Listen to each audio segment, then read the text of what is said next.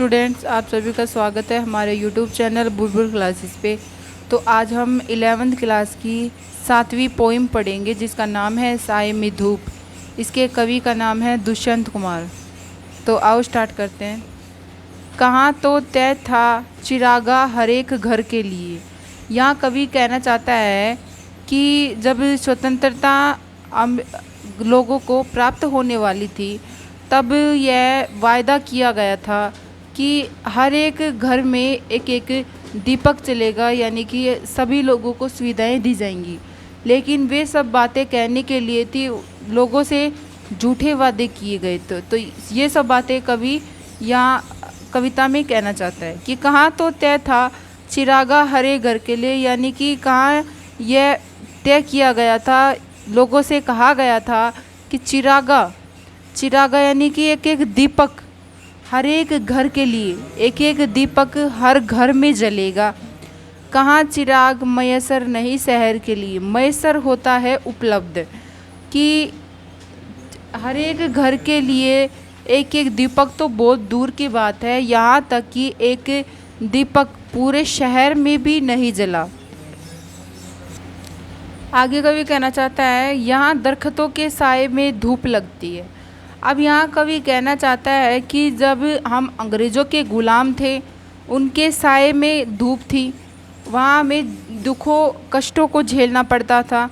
लेकिन दरख्त होता है वृक्षों कि अब स्वतंत्रता प्राप्ति के बाद अपने वृक्षों के साए में, यानी कि अपने देश में धूप लगती है, अपने वृक्षों के साए में धूप लगती है। अर्थात हमें अपने देश में सुख सुविधाओं से वंचित रखा जाता है।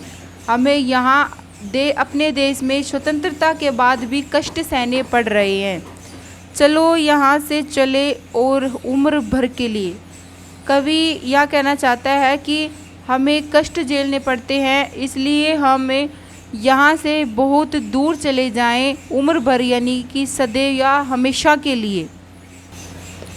न तो कमीज़ तो पाँव से पेट ढक लेंगे, ये लोग कितने मुनासिब हैं इस सफ़र के लिए। अब यहाँ कवि क्या कहना चाहता है कि अगर हमारे पास कमीज़ नहीं है, गरीबों की बात यहाँ कवि करता है कि अगर गरीब लोगों के पास कमीज़ नहीं है तो वे पाँव से अपने पेट ढक लेंगे।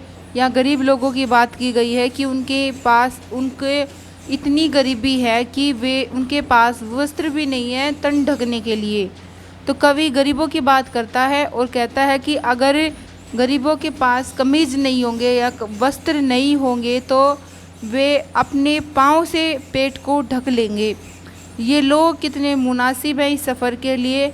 अब यहाँ कवि कहना चाहता है कि गरीब लोग अपनी गरीबी यात्रा के लिए कितने उपयुक्त हैं, अर्थात गरीबी को सहन करने में वो सक्षम है। खुदा नहीं न सही आदमी का ख्वाब सही, कोई हसीन नज़ारा तो है नज़र के लिए।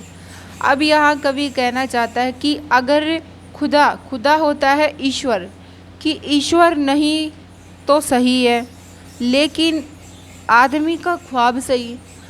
अब यहाँ कवि का कहने का मतलब है कि ईश्वर नहीं प्राप्त होते हैं तो कोई बात नहीं, लेकिन आदमी यानी कि व्यक्ति सपने, ख्वाब यानी सपने तो देख ही सकता है।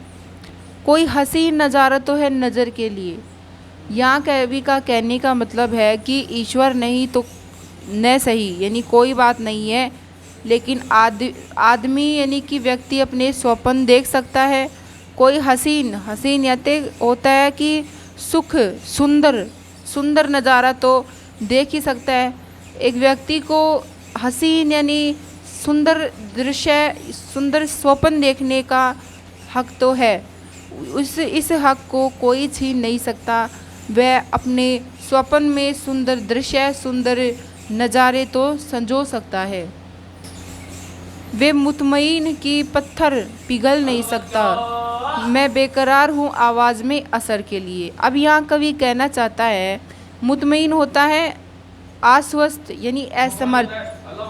अब कवि का कहने का मतलब है कि मुतमईन है कि पत्थर पिघल नहीं सकता, ये नेताओं की बात करता हुआ कहता है कि जो इस देश के नेता हैं, इस देश के जो ठेकेदार हैं, उनका हृदय है वो इतना कठोर है, पत्थर के समान है कि वो पिघल नहीं सकता। उनका हृदय पत्थर के समान है जो कि पिघल नहीं सकता। मैं बेकरार हूँ आवाज़ में असर के लिए, यानी कि कभी अपनी आवाज़ को लोगों तक, जनता तक पहुँचाने के लिए व्याकुल है, बेकरार है। वह अपनी आवाज़ लोगों तक पहुंचाना चाहता है, लोगों को जागरूक करना चाहता है कि इस देश के ठेकेदार हैं, वे तुम्हारे लिए कुछ नहीं कर सकते। तुम्हें अपने लिए अपने दम पर कुछ करना होगा, तभी इस संसार में जीवन संभव है। अब यहाँ कवि कहना चाहता है, तेरा निजाम है सील दे जुबान शायर की, ये एहतियात है ज़रूरी है इस बहर के लिए।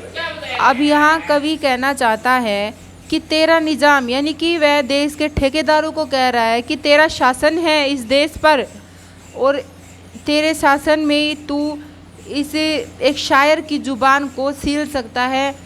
ये एहतियात ज़रूरी है इस बहर के लिए। एहतियात होता है कि सावधानी।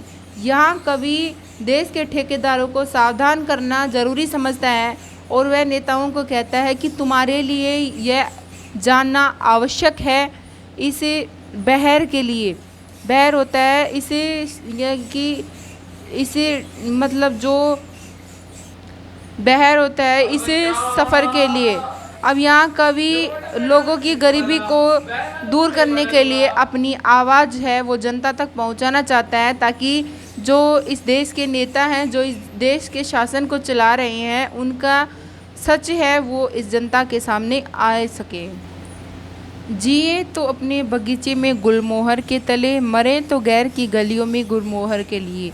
अब यहाँ कवि का कहने का अर्थ है कि अगर हमें जीना है इस संसार में, सुख से जीना है, तो अपने बगीचे में, यानी कि अपने देश में गुलमोहर के तले। गुलमोहर होता है कि अपनी कष्टों और दुखों को झेलते हुए जिएंगे, और मरें तो गैर की गलियों में गुलमोहर के नीचे। अर्थात कि अगर हमें मरना है तो गैर की, यानी कि दूसरों के शासन में सुख पाने के लिए मरें। आज की वीडियो यहीं पर समाप्त होती है। अगर वीडियो आपको अच्छी लगे तो लाइक करें, कमेंट करें और सब्सक्राइब करें।